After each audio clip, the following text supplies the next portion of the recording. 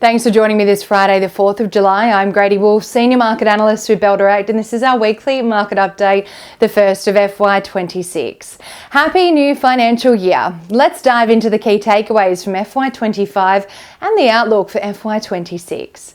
Well, FY25 saw some record highs and some serious turbulence in the form of geopolitical tensions, President Trump taking office, trade wars, tariffs, inflation and interest rate uncertainty, and extended valuations on equity markets, as well as China's prolonged post-pandemic struggles to reignite material economic growth. Wow, what a mouthful.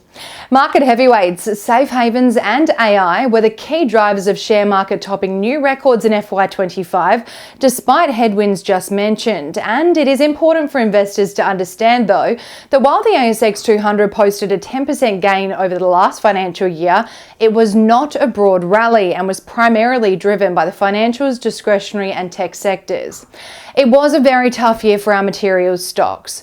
While gold performed well, iron ore miners struggled due to China's sluggish post-pandemic recovery. Weak industrial output and factory activity data, even out just last week, signal a grim outlook continues, dampening demand for Australian commodities. With added tariffs, the sector took a heavy hit. Energy stocks also fell out of favour with investors in FY25 as we saw geopolitical tensions and trade wars dampen the outlook for such companies. And in a risk-off environment for our investors, such companies proved way too volatile for investment. Now we are in FY26 and the future is looking a little brighter, with the ASX 200 already resetting its record close on just the second day of the new financial year. As an investor navigating uncertainty and headwinds creeping in from FY25, where are the opportunities, you may ask? Well, this reporting season for FY25 full-year results will provide a clearer outlook for FY26, though conservative guidance is likely due to volatility, tariffs and macro uncertainty, so keep that in mind.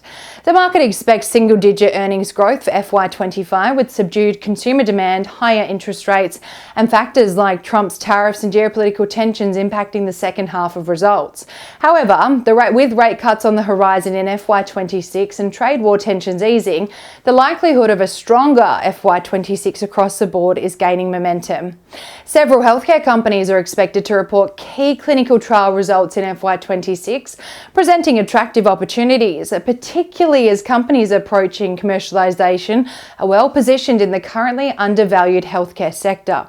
Bell Potter's latest buy recommendations include CSL, Telix Pharmaceuticals and Mesoblast within this space. The global green energy shift and transition has driven markets recently in gains and is set to grow further in FY26, boosted by the AI revolution. Rising nuclear power adoption to meet energy demands sustainably is increasing uranium demand, expected to continue well into FY26. Bell Potter rates Boss Energy, Paladin Energy and Deep Yellow as buy ratings. During times of heightened volatility, investors tend to find safety in defensive stocks. However, as Bell Potter suggests, focusing on select defensive stocks with clear value like Amcor, while avoiding expensive defensive stocks like Telstra, is a recommended strategy to navigate defensive exposure.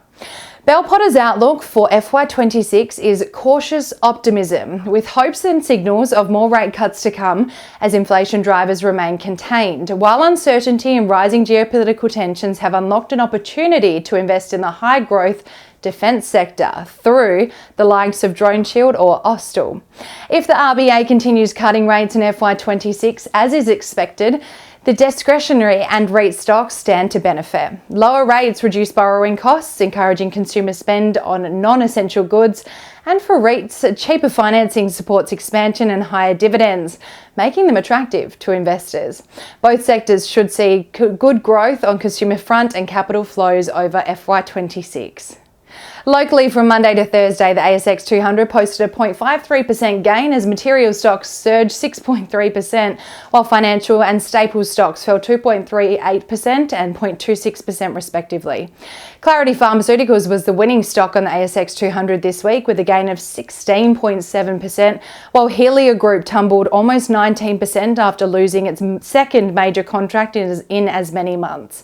On the broader market index, the All Ords rose 0.68% this week as a battle of the lithium miners at either end of the index saw a 29% surge for core lithium offset a near 20% loss for Atlantic Lithium.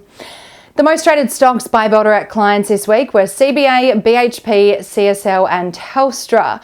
Clients also bought into MAAS Group and Woodside while taking profits from Fortescue, Macquarie, ANZ and DroneShield. And the most traded ETFs by our clients this week were led by Vanguard Australian Shares Index ETF, Vanguard MSCI Index International Shares ETF and Vanguard US Total Market Shares Index AUD ETF. On the economic calendar front next week, we may see investors react to NAB business confidence data for June out in Australia on Tuesday, just before the RBA announces the latest rate decision on Tuesday, where the market is pricing in a 98% chance of a rate cut. On Wednesday, we will gauge our consumer confidence data for July with Westpac consumer confidence data out then. Overseas, China's latest inflation data and balance of trade are out next week, while the US FOMC latest meeting minutes are also out later in the week. And that's all for this trading week and the first trading week of July. Have a wonderful weekend and happy investing.